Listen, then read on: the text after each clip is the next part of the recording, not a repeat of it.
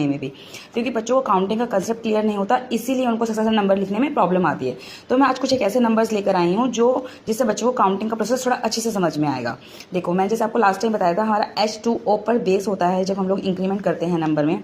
तो मैंने आपको बताया था जब जैसे हमारी नॉर्मल काउंटिंग चलती रहती है 301, 302, 303, ये तो हमारी नॉर्मल काउंटिंग है। 3, 4, 5, 6 हमारा वंस पे काम हो रहा है। मैंने कहा था टेंस पर कब काम होगा, जब हमारा वंस में 9 होगा। वंस में 9 होने का मतलब कि हम किस पे काम करेंगे, टी और ओ दोनों वैल्यू पर काम करेंगे। जब दोनों वैल्यू पर ट्रिपल लाइन आता है तो हम लोग टेंस, फिर हम एच पे आ जाते हैं। तो हमारा 9 पर बेस करता है कि हम ओ पर काम करेंगे या टी ओ पे काम करेंगे या HTO पे काम करेंगे। तो मैंने कुछ एग्जांपल ऐसे ही लिए हैं आपके सामने, जैसे मैंने 309।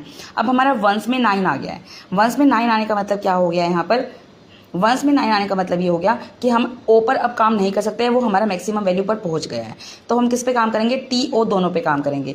टी ओ में काम करते तो पूरी वैल्यू मिलकर क्या बन जाती है, 09। अब हमें एच पर जाने की जरूरत नहीं है, एच की वैल्यू हमारी सेम रहेगी।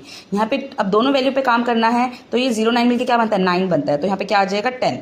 तो यहाँ भी बच्चों को बहुत कन्फ्यूजन होती है कि यहाँ पे 320 लिखें, 300 लिखें, 400 लिखें, मतलब कुछ भी लिखते हैं तो कन्फ्यूजन होती है। तो मैं इसीलिए आपको H2O का मेथड बता के चलती हूँ कि पहले ओ पर काम करना है। अगर ओ आपकी मैक्सिमम वैल्यू पर पहुंच जाता है तो आपको टी पर जाना है।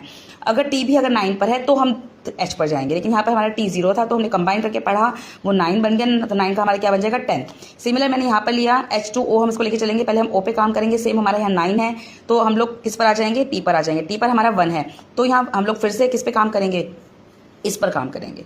हमारे पुल मिलकर क्या बन गया, 19। 19 के बाद क्या आता है, 20, और हमारा एच सेम का सेम रहेगा।